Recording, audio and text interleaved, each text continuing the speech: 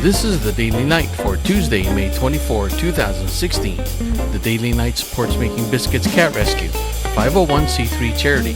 If you like this podcast, please consider making a donation or adopting a rescue cat at makingbiscuits.org. I'm your host, Gerardo San Diego, and I'm basically dizzy from all the geekiness that's happened in the last week. I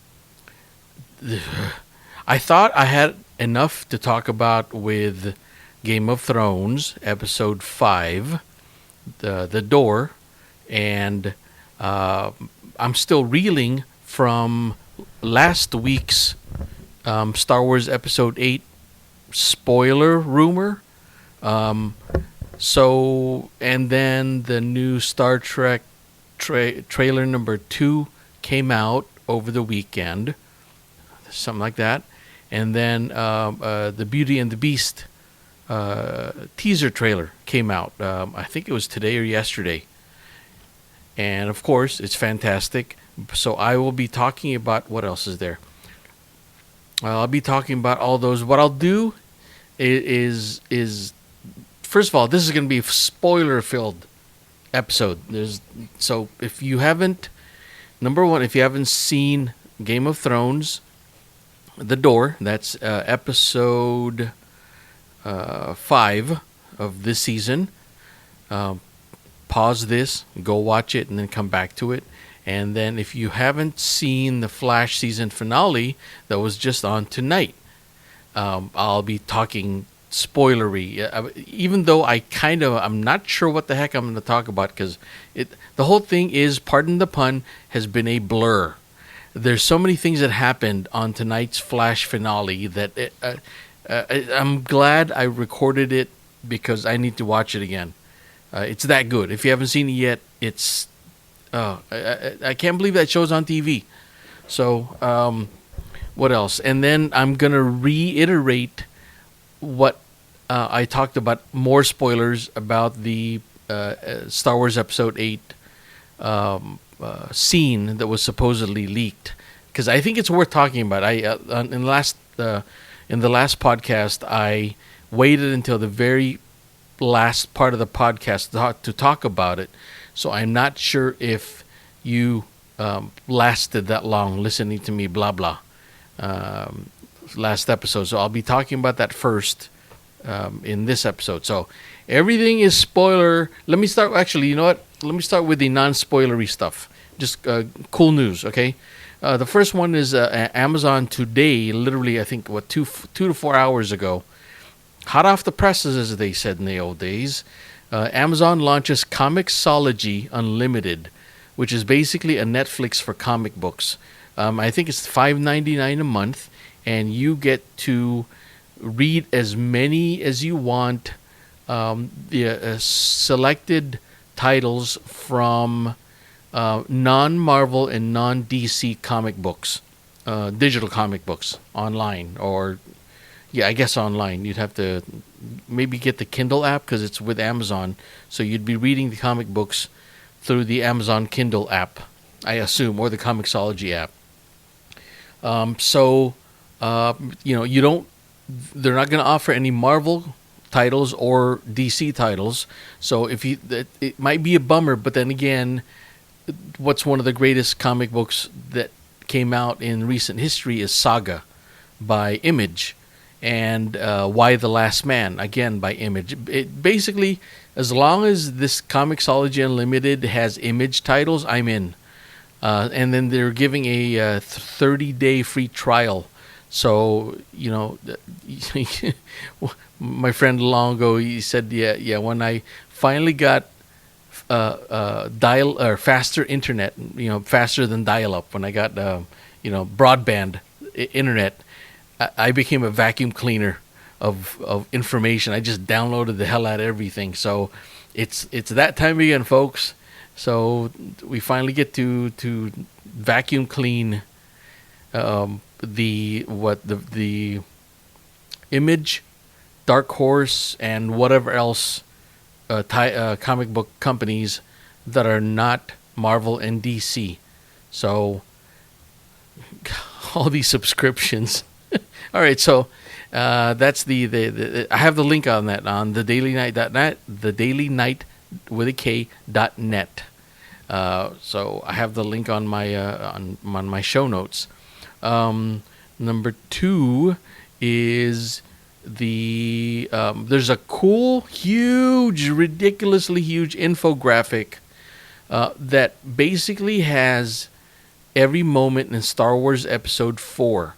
And I started reading it. I had to stop reading it because it was going to take me all day. But it looks like they have every single line of dialogue, every single script direction on what happens to whom when. It's in there. I think it's in. I don't know if it's French or some other European language. A lot of it is in English because they wrote verbatim the dialogue from Episode 4. But other parts of the infographic are in European language. I keep thinking it's French, but I'm not sure. And so I have a link to that. The link is actually fairly easy. It's SWANH.net, like swan with an H.net. So take a look at that. It's, man, yeah, and just be ready to read for a long time. What else? Non-spoilery news. Beauty and the Beast live-action teaser trailer.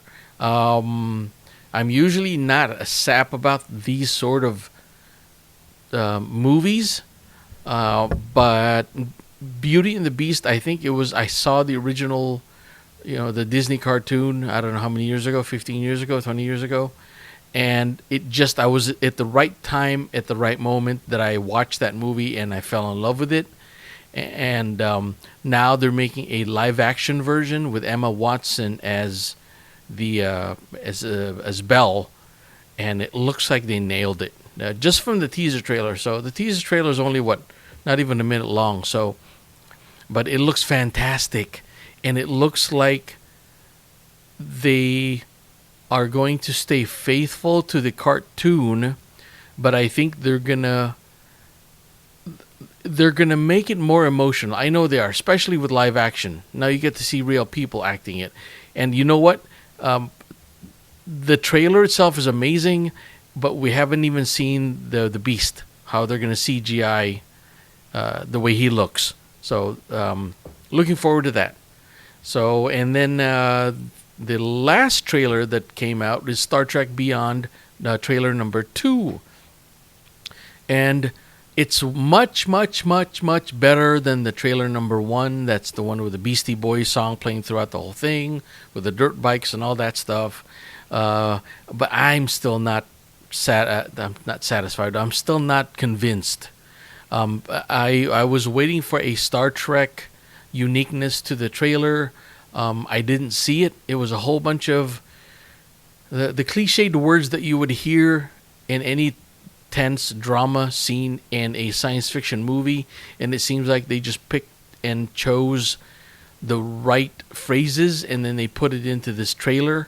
And I'm hoping that's just the people who made the trailer that did it that way, and I hope the movie has a much more original, unique Star Trek-y stuff in it.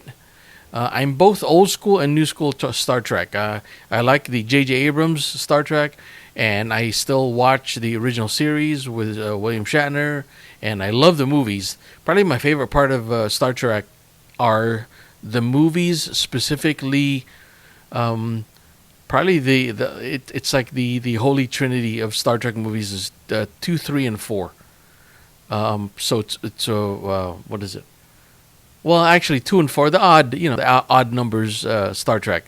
Let me switch that. Yeah, the odd numbers 2, 4, 6. The 2 is Wrath of Khan, 4 is Voyage Home, and 6 is the Undiscovered Country with all that Shakespeare. I love it when Star Trek does Shakespeare. So I hope they go back to that a little bit in this Star Trek Beyond. Just give me all the action. I love all the action, but also give me some slowing down parts where there's a lot of talky.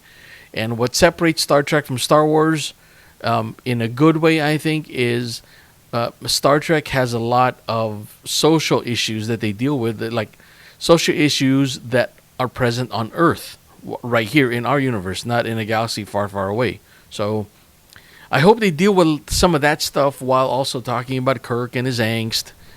I just keep thinking, Chris Pine's Captain Kirk. We've had two movies where he's basically doubted himself, etc., etc., and it's like, let's not do a third movie with the same thing, where he's always trying to redeem himself or the legacy of his father and all the apprehension that's going on with him. It's like, okay, let's go to the story now. Give us a good story. No reboot either. No Rathacon hiding as some other name. Okay, enough of that. Spoilery. So basically, I'll talk about first the Flash season 2 finale, and then actually no. Let me talk about the Star Wars episode 8. Spoilery rumor.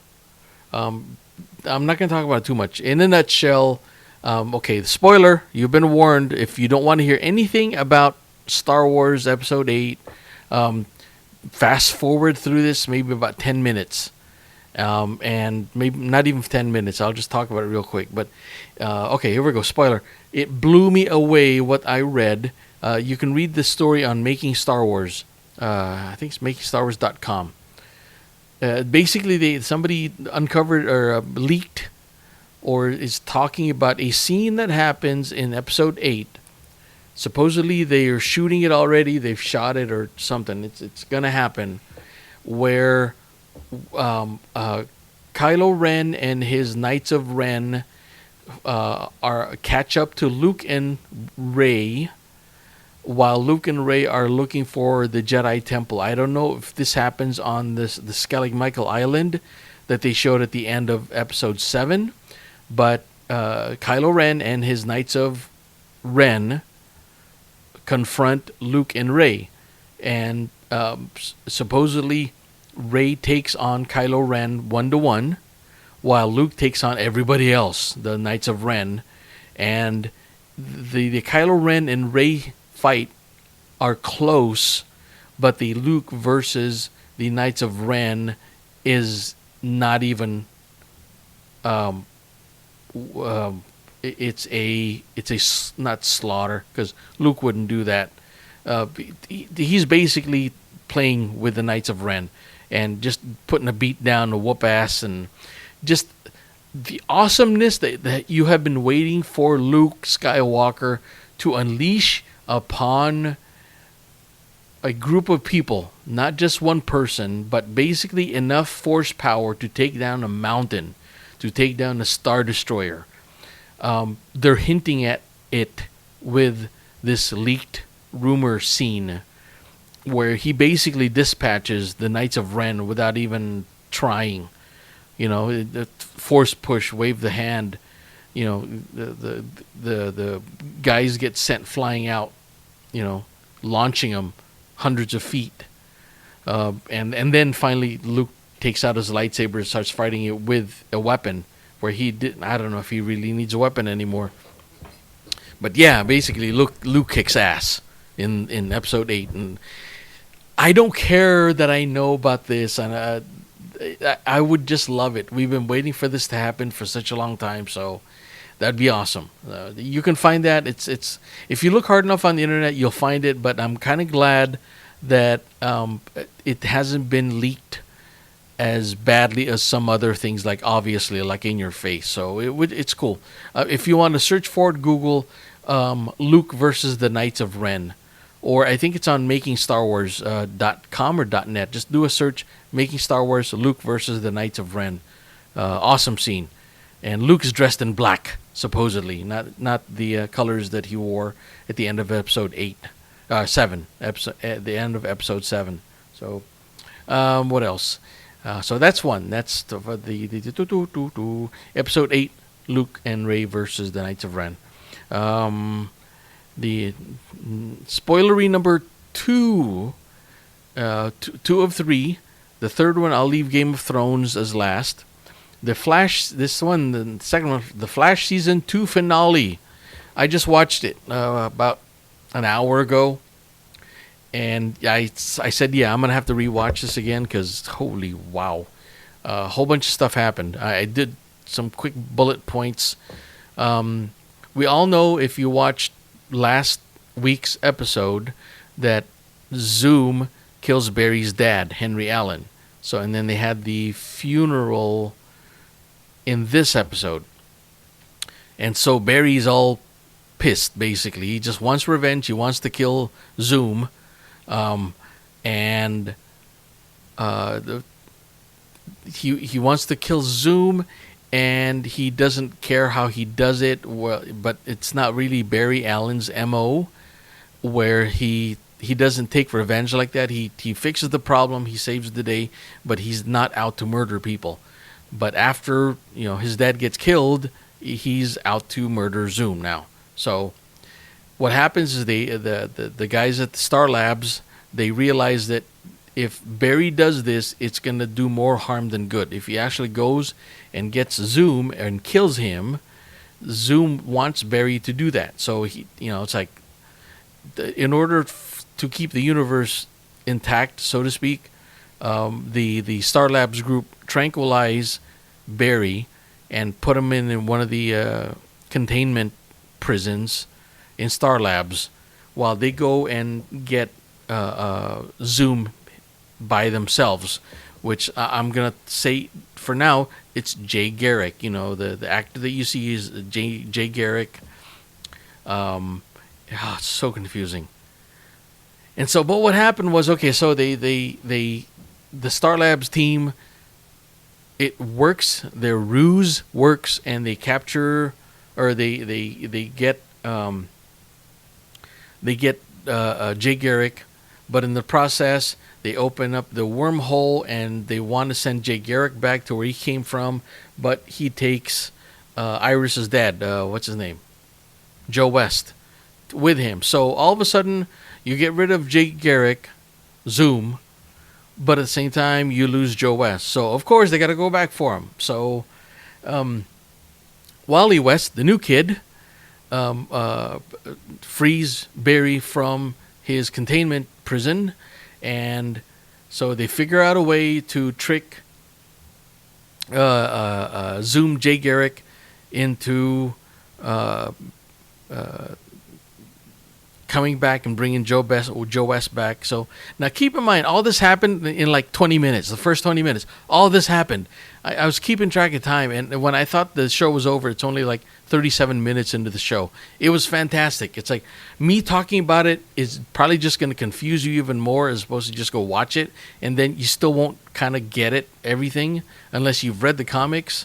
But I think if you read the comics, you might be even more confused because they don't literally follow the comics all the time. So I think I just confused myself. Okay, so the cool part is Jay Garrick, Zoom, the bad guy, wants to race Barry Allen to use his energy to open up some portal or warp engine or whatever it is. I don't know the term. I didn't look it up. And destroy the other Earths. So until there's basically only one Earth, is the Earth that we know it here. So he builds this big machine, and he has to race Barry. So they race in this big circular machine. And the cool part is the little secret, all of a sudden two Barry Allens show up, two Flashes show up right next to each other. It turns out that Barry went back in time and did something with the time continuum and brought his double back. Yeah, I'm confused also. So it's the same. It's like me going back in time a little bit behind, bringing me back to the present. So it's still me. It's not like an alternate me. So all of a sudden you got two Barry Allens. One of the Barry Allens keeps racing Zoom, while the other Barry Allen frees Joe West. Okay, this is a little contention of mine. Why was Joe West standing out in the middle of the parking lot with his handcuffs? And at the same time, why couldn't the Star Labs team free Joe West from the handcuffs? I don't get that part. So, but the cool part with the Flash TV show is many times I am absolutely confused about who is what and who's what name and what Earth are we at now and what multiverse and what's the Speed Force, and there's a new one this time. It's the Remnant. I had to look that up. But the show is so entertaining that you don't care. It very much is similar to Game of Thrones, where you lose track of what names and what kingdoms they're from, and who's done bad to what person. But they make it so entertaining that it's okay. Like I was still entertained. As lost as I was still entertained. So if you're better than me, you're probably laughing at how confused I am because you probably kept up with the whole Flash thing, but I didn't. But I still thoroughly enjoyed the episode. It's one of the best episodes. I can't believe they did that much with it.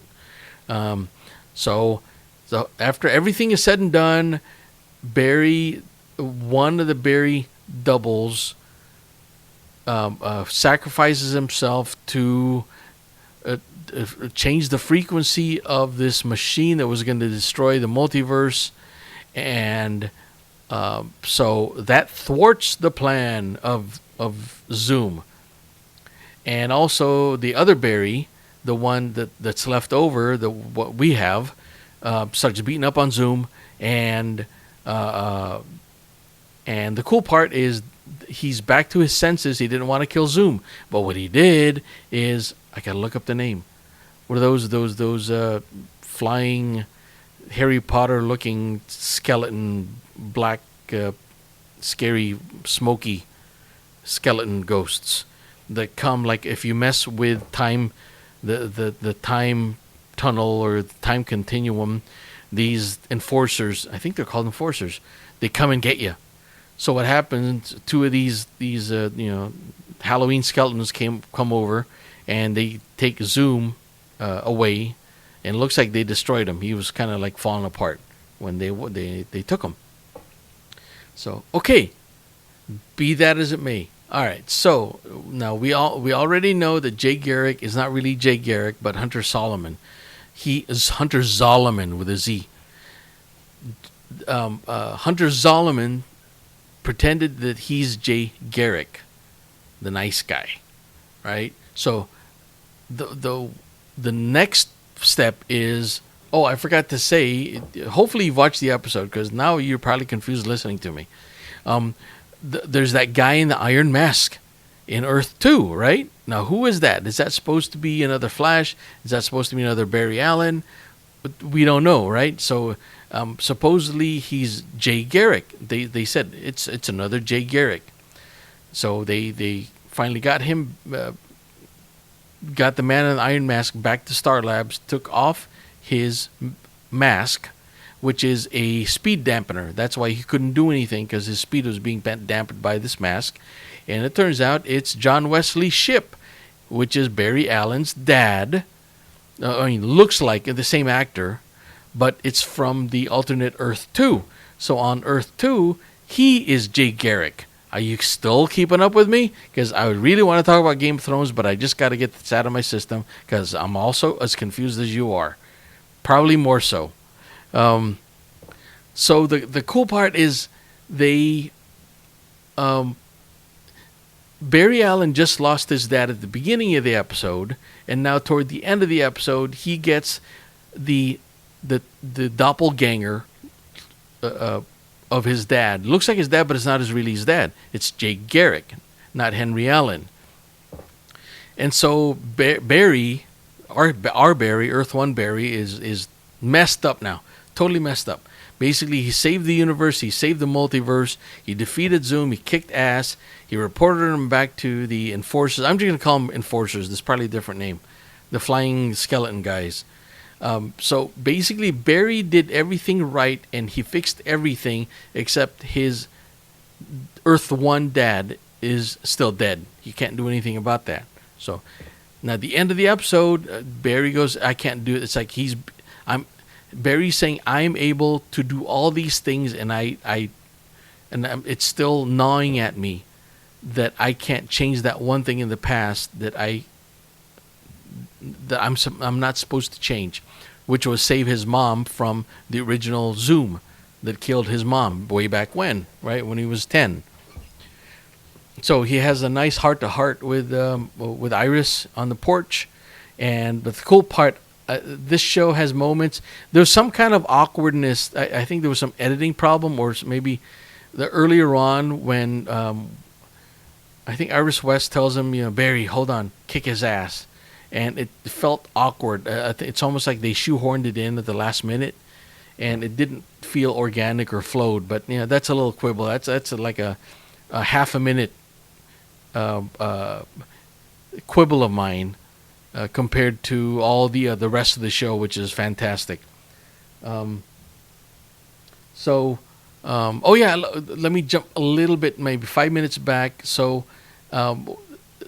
before the whole porch scene, you got the real Jay Garrick, which is John Wesley's ship, wants to go back to Earth 2. And guess what? So does, what's his name? The professor and his daughter. Oh, geez. I don't want to have to look it up. You know what I'm talking about. I'm getting a brain fart trying to think of all these names. Oh, I can't believe I lasted this long. But, the Star Labs, the main guy, Wells, Harrison Wells, and his daughter, they decide they're going to go back to Earth 2 and try to fix things there. So the three of them, the real Jay Garrick, John Wesley ship Jay Garrick,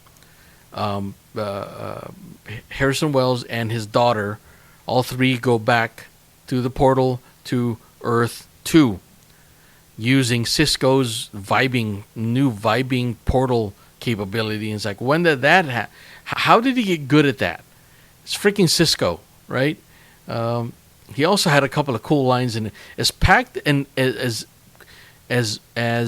whirlwind, pun intended, as this show was, Cisco still managed to put in a couple of little Ciscoisms. It's almost like it's not an episode unless there's a Ciscoism. All right, so jump to the porch scene where you got Iris and Barry kind of saying their goodbyes, because Barry's telling Iris, I gotta go back and save my mom. Basically, that's the bottom line. I'm just pissed because, keep in mind, if he saves his mom, he also saves his dad. He also kicks Zoom's ass. And who knows what the future of that alternate timeline would bring, but at least he gets both his parents back, right? All right, so Iris totally understands him.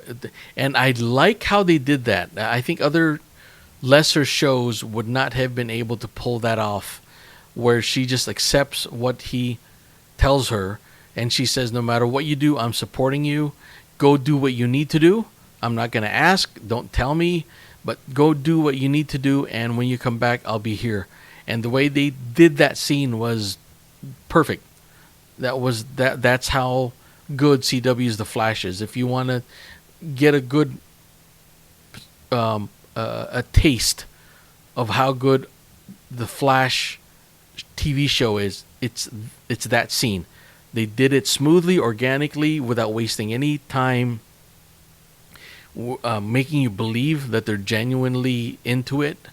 And so, of course, Barry, he's gone. He's gone,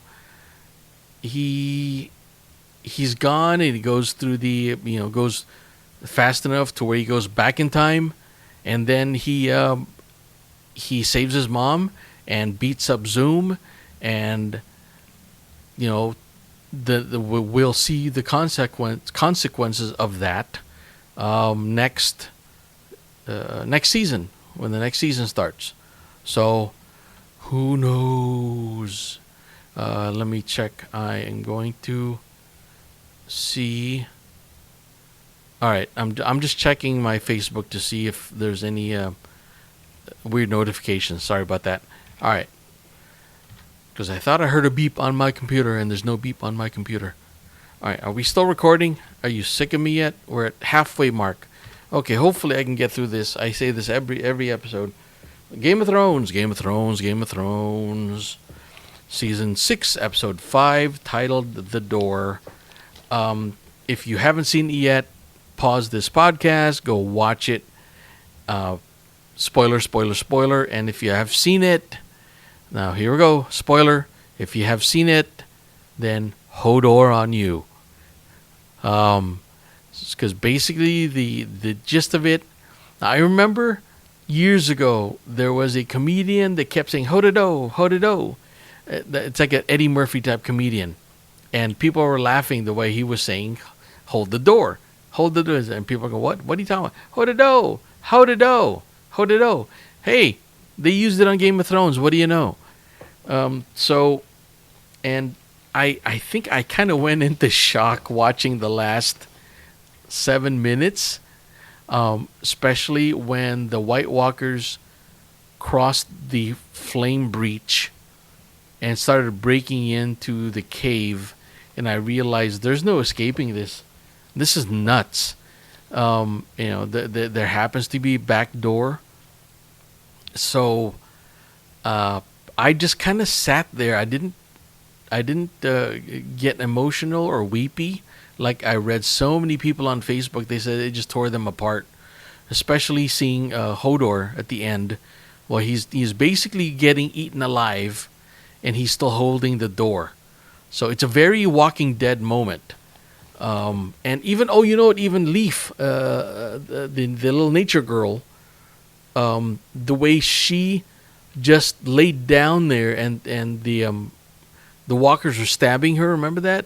And because she was going to set off the bomb, and her face, and she knows that, like, she's basically, getting stabbed dozens of times, and before she detonated the bomb and bought them time to escape. So that was just like 3 moments in there, plus Summer, the direwolf, jumping in there, and okay, Summer's dead, So that's, I basically cut to the chase, the ending. Everybody wants to talk about Hodor anyway. And one of the things I noticed, I asked myself, okay, so Bran goes back in time, and Hodor, who is Willis, finally sees him, and Willis, his eyes roll back, and he does the warging thing. So, did this really happen in the past? So I assume it did. And if it did really happen in the past, does that mean that time is predetermined, or fate is predetermined, destiny is predetermined, to where was Bran always going to go to the tree, the older Bran going to the tree and then warging and then going back in time? So it's weird, right? It's kind of like an infinite loop. And so if that's supposed to happen, that means that everything is supposed to happen already in Game of Thrones. Everything's predetermined. Now, are we getting hints of that in the last, it's been, 6 years? Yeah. In the last 6 seasons, have we been getting hints at what is about to happen? Like, did they know exactly, did they map out everything that was going to happen now? Did they map it out already at the very beginning of all of this? So, and in a way that makes me content, but in a way it also makes me sad, because that means you can't really control your fate. Or you not really control your fate, but once it's already laid out for you. And usually I kind of believe in the whole, the universe, time is only going to get cosmic now.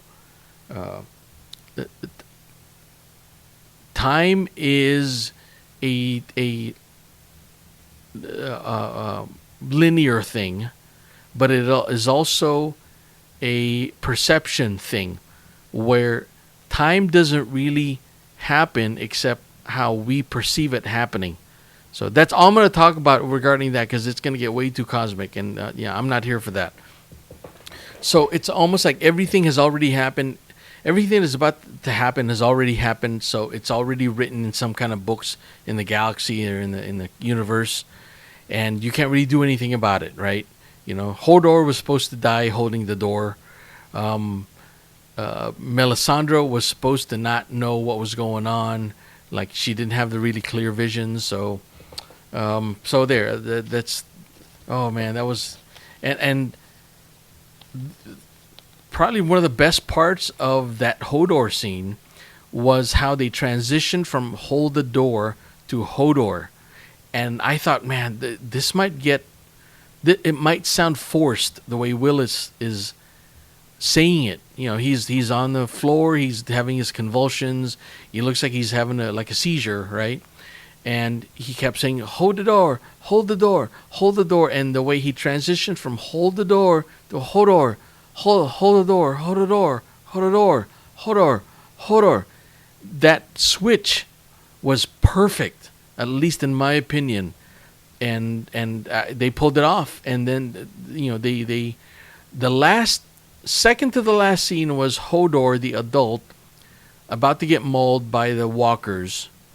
But the very last scene was the young Willits saying Hodor. And I don't know if that means anything, the way the scene cut. So it's like, did Hodor, is he really dead? Is he going to turn into a White Walker? Or did he escape? Or is there a fourth option? To where, does he have magical powers or something? Is he connected to Bran in a way beyond just the physical, or Bran controlling him with the whole Hodor warging thing? So, and then I've read there's a new news on Game of Thrones where they said there's this ultimate ending that they're planning, and it's already been written out that it'll blow all of us away, and I have no idea what it is, because there's so many other rumors already, right? About R plus L equals J, Rhaegar and Lyanna equals Jon Snow. Who knows if that's going to be true? And then the whole Daenerys and Jon Snow, Fire and Ice, a song of Fire and Ice. So let's see what's going to happen. All right, so let me go through my notes real quick. I think I'm just going to skip to the really cool scenes that caught my attention. I'm just going to kind of go through fast some of the scenes. I was like, no big deal. Sansa meets with Littlefinger, Peter Baelish, and basically chews him out. And we know he's got an ulterior motive. I think he has ulterior motives on his ulterior motives. It's kind of ridiculous. It's basically, don't trust him. No matter what he says, no matter what he does to you, unless the dude is really dead and you verify that you've cut off his head and buried it face down on the ground, Peter Baelish is going to deceive somebody and going to stab him in the back or something. And what else? Very cool scene. Again, the Game of Thrones, some of the scenes, if you describe it to somebody, they wouldn't believe you, because they would say, like, why is Sansa just not slit his throat, or just, get Brienne to kill him as soon as Sansa sees Baelish, just get Brienne, because like the guy's done everything bad, conniving to destroy the family Stark. So, but they pull it off, and Peter Baelish, of course, walks off alive, as he always does. And the great line from that scene, the very first scene in this latest episode, Sansa telling, Peter Baelish is asking why Sansa was pissed. Fucking idiot. Sorry. It's so easy. It feels so good to hate him so much sometimes, right? But Sansa tells him, you freed me from monsters who murdered my family, and you gave me to monsters who murdered my family. What a great... Every episode, this show has quotable lines. And then, of course, there's the Sansa and Jon Snow need an army to go fight, what's his name? Ramsay. Mr. Hannibal Lecter. So they're gonna try to get Uncle Brendan the Blackfish to go help because he's supposedly has a cool army. He's got a big army. So that's that scene. And then the second scene is people are talking about this aria with the god of many faces and the little bitch that with a stick that just constantly tortures Arya.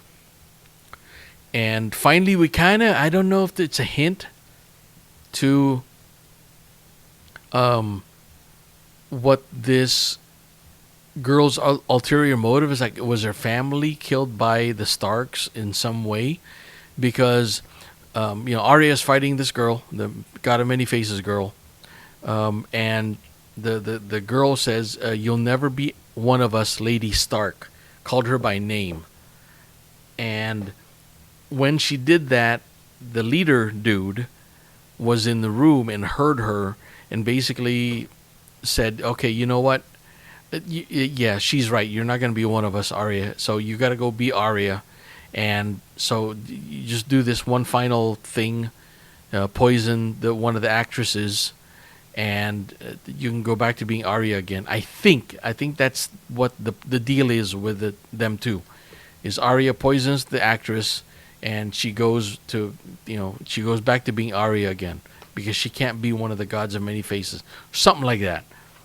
The leaders, the God of Many Faces leader says that you will get a new face one way or another, which is kind of creepy.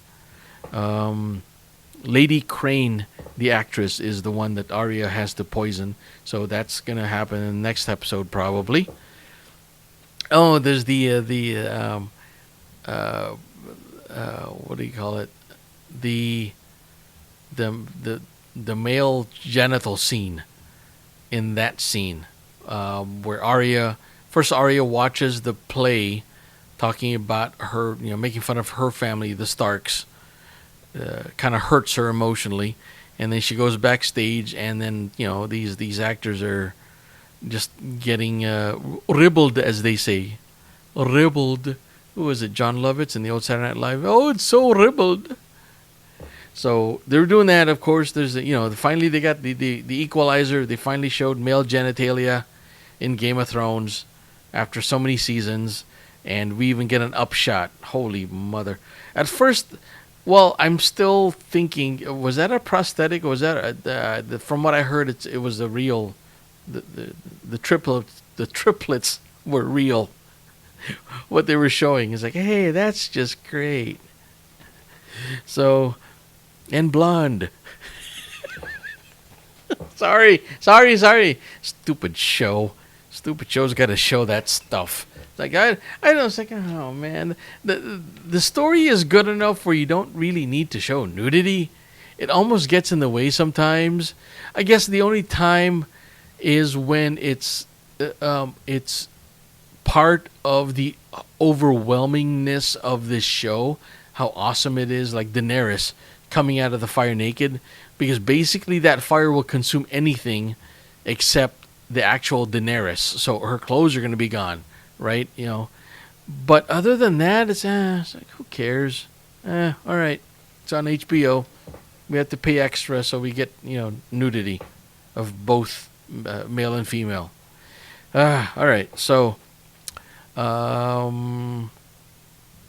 great line when Arya asks why she is going to poison the actress. Did she do anything wrong? Because Arya says, she seems like a decent person. And the leader tells her, does death only come from... I screwed it up, sorry. Start over. Does death only come for the wicked and leave the decent behind? Great line. Great line. All right. That's page 1 of my notes, folks. Strap in. All right, scene 4, Bran in the tree. So Bran is warging. White Walkers were... Oh, the background.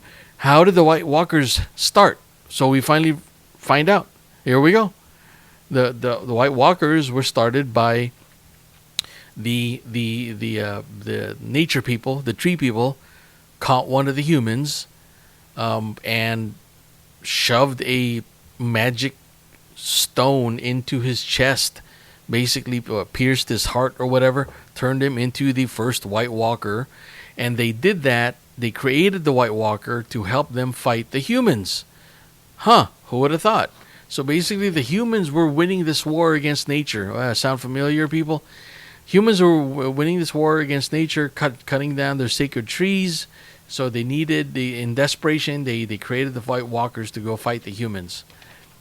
Cool metaphor, cool analogy. And what else?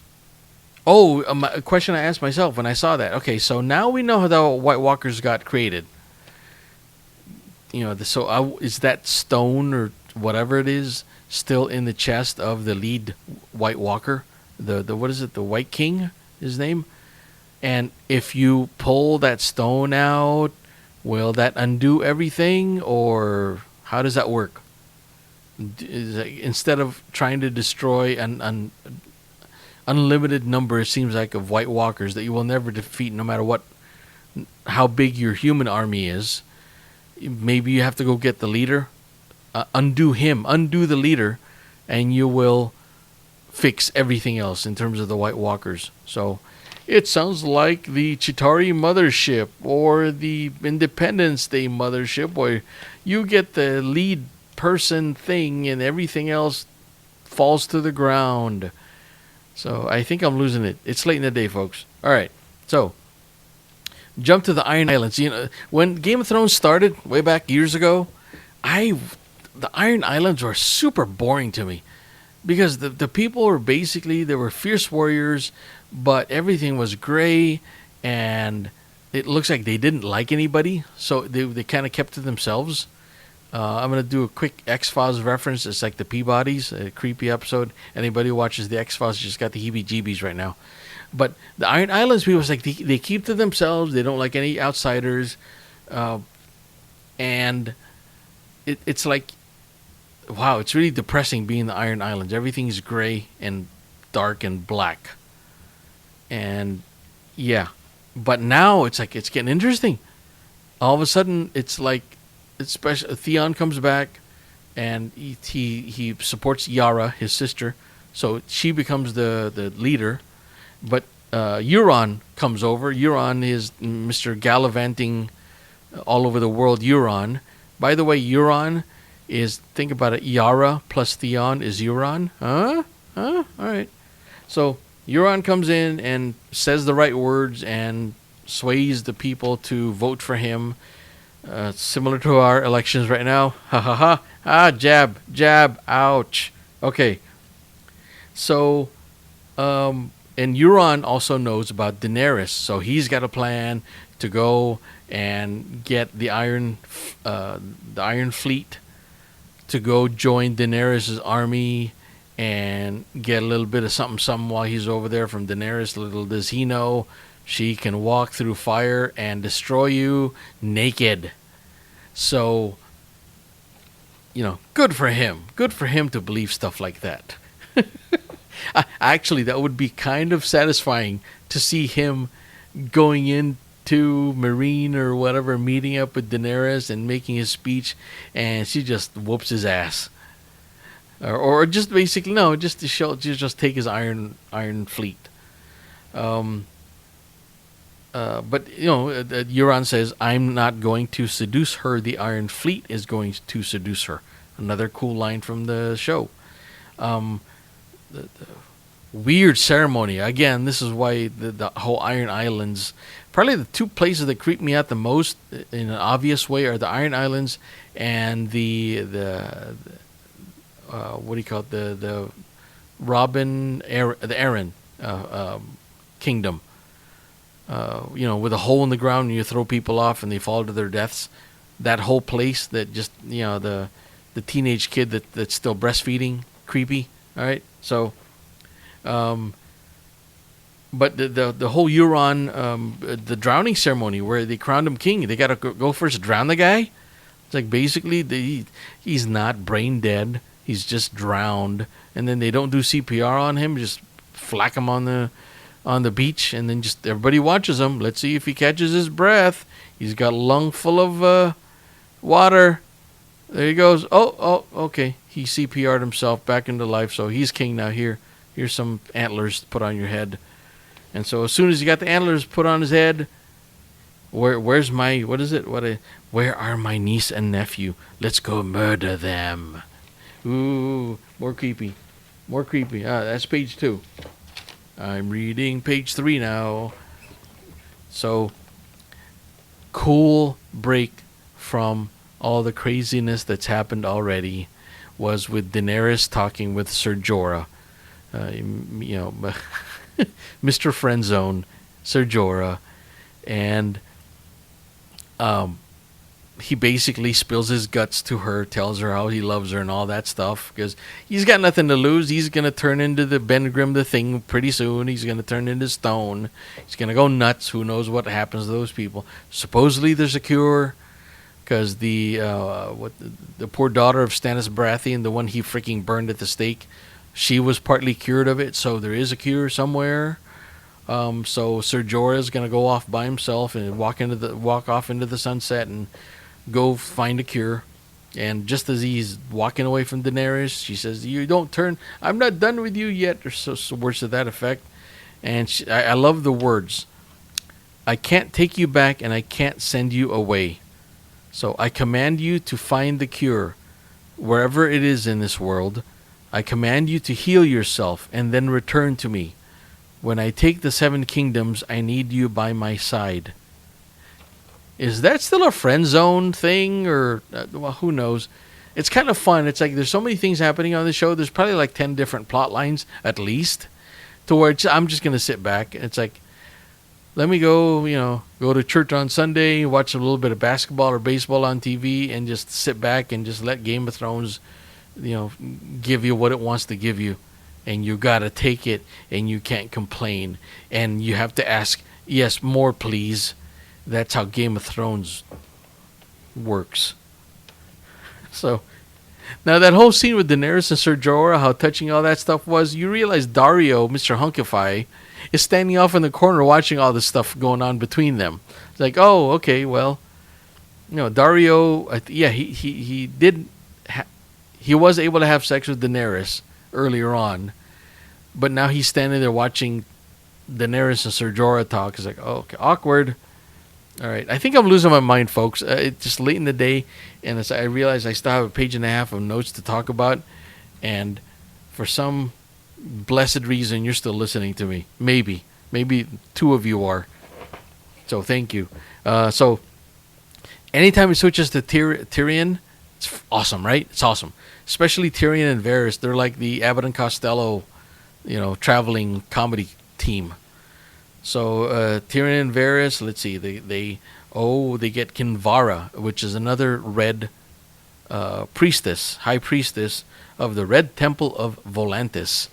And this Kinvara woman, who she totally reminds me of Idina Menzel. Idina Menzel is the woman who sings the Frozen song that John Travolta got her name switched around. Don't make fun of that, because if you do research on dyslexia, it's nothing to make fun of, but it's very memorable. Now it's like I think more people remember Idina Menzel because John Travolta said her name wrong. So, but this new Red Witch, Kinvara, reminds me of Idina Menzel. Now, since I say that, you're gonna think, oh, that's Idina Menzel. It's not. It's another actress. So, by the way, but at this point of the show, it's only 37 minutes. Again, the whole 37-minute mark is like a magic point. On the Flash episodes, the same thing. Like, oh, the show isn't over yet? No, it's 37 minutes into it only. All right, so it looks like... I don't know what Kinvara is going to do. Is she gonna get another army? I'm not sure, but she kind of puts the fear into Varys.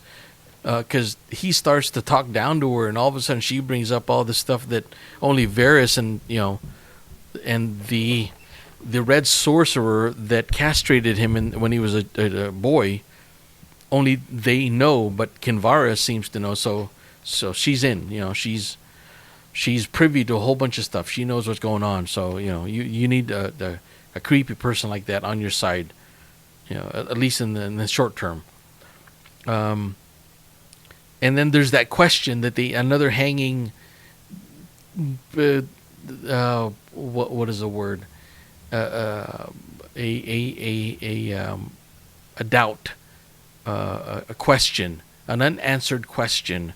What did the flames say when Varys's parts that were castrated were thrown into the fire? Because supposedly the sorcerer that castrated him, there was a holy reason, a fateful reason, a destiny reason that Varys is supposed to be castrated. And so when his parts were thrown in the fire said something. And of course, the episode didn't tell you. But both Varys knows and Kinvara knows. So we got to find that out, one of these episodes. This is why we keep paying our HBO subscription and keep watching this freaking show. Because they do that stuff to us. And they do it so good. So, all right. So, scene 9. Bran touches the White King. And the walkers know where they're hiding. That was a mistake, boy. So he works. Everybody else is asleep. Max von Sydow is asleep. He's not supposed to work without supervision. What the hell? So Bran touches the one of the tree branches, and he wargs, and he goes into an alternate whatever, and he sees the White King, and he gets touched, and now this is the whole. This is when the shit proverbial shit hits the fan. And of course they're gonna cut it. And he's like, "Oh no, we're gonna wait. We're gonna go back to Castle Black, where Sansa and Jon, they're getting ready to get their horses, and they're gonna get ready to ride out and go meet Uncle Blackfish. I assume, go get reinforcements. Now during this time, Tormund, the red-bearded fellow, one of the wildlings, keeps eyeing Brienne, and again, funny scenes. And he finally cracks a smile. And then Brienne is disgusted, or so she shows us.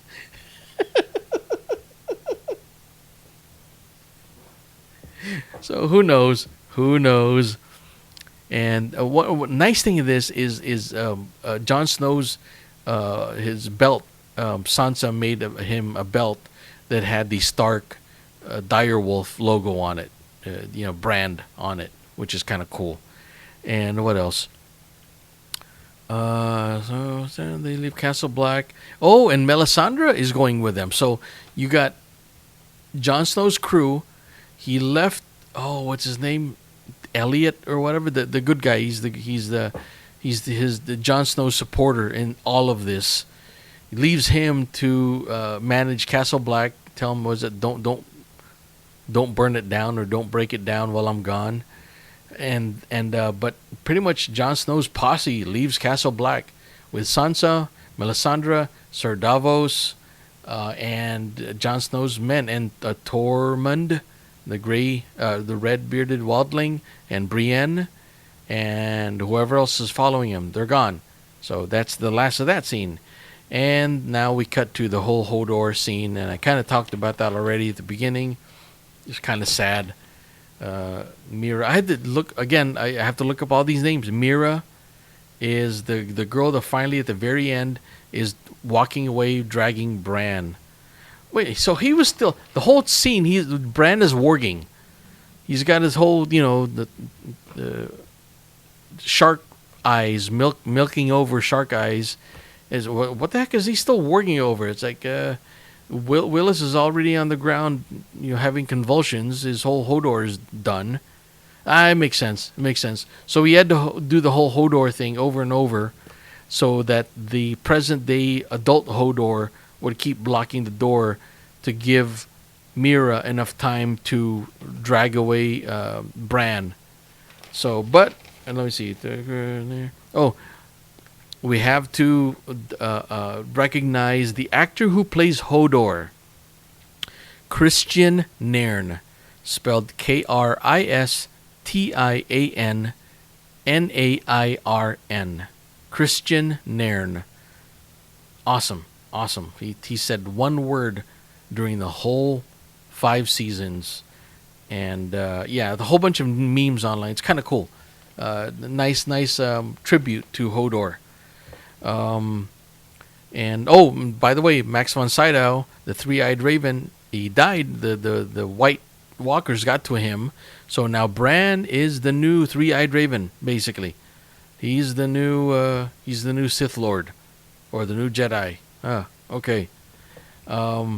See, if I mention a Star Wars reference in any of my podcasts, that means I can put that into the meta tags, or the hashtags. Yeah. Last question I asked about that: did Hodor know about his death? Did Hodor already see, even when he was a kid? Did Hodor Willits already know that that was his ultimate goal in life, was to wait until a door needs to get held and he's going to go do it, and it's probably going to kill him? And can you imagine that if that were to happen to anybody, how that would be traumatic, wouldn't it? And it's like, especially if you had that kind of pressure that you felt, that you knew, that you see the future, wouldn't you be obsessed with that one idea for, growing up, everything else? I can't believe I'm gonna say, but it totally makes sense. Like what he's been Hodor ever since he had the convulsions, and Bran going back in time told him to Hodor. So, all right, hopefully he'll come back. It'd be nice. He's a three-way match between Hodor, the Mountain, and the Hound, the Clegane brothers. Like a three against each other, sort of like in wrestling. You get 10 guys in a ring, and last man standing. That's what they call it. Last man standing with Hodor and the two Cleganes. So, how long is this? Oh, look at that. Always, every episode, it's about an hour 5, an hour and 8 minutes. So we're at an hour and 2 minutes, and I'm not going to blah blah anymore. Take a look at the stuff on my website, thedailynight.net, thedailynight with a K.net. There's going to be a SoCal Brewfest is coming up. If you like to eat, and if you like to sample different beers, hopefully not get drunk in the process, although I think they will. There are services, like you're supposed to get a designated driver if you go to this. I will probably be the designated driver at this event. I'm probably not going to drink. Maybe I'll take maybe enough of the equivalent of one glass of sips, so that I am able to drive everybody else that I go with. But take a look. The link is on my website. It's called the SoCal Brewfest. And let me see. SoCalBrewfest.com. It's happening in Anaheim, California. And it's SoCal Brewfest.com. And if you go there, it's part of the proceeds actually supports Making Biscuits Cat Rescue, which I also support. So you're kind of, you're accomplishing a whole bunch of things without even realizing you're accomplishing them.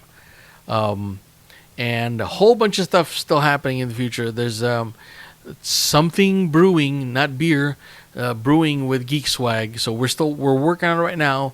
We did something cool today. Can't tell you about it yet, but and it's a whole geeky realm, and we're working on it. So I will want to talk about it more, probably in the next episode or 2 episodes from now, about GeekSwag. So geekswag.me. We got some stuff online right now, but we're going to get a whole lot more soon. So I know I've been saying that for a while now, but be patient with us.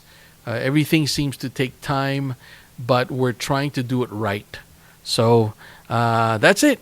Until next time, I'm Gerardo San Diego, And you can find me at thedailynight.net, thedailynight with a K.net. So we got, 5 more Game of Thrones episodes to go before the season finale. And The Flash is done until next season, but there's always something around the corner. So until next time, may the force be with you.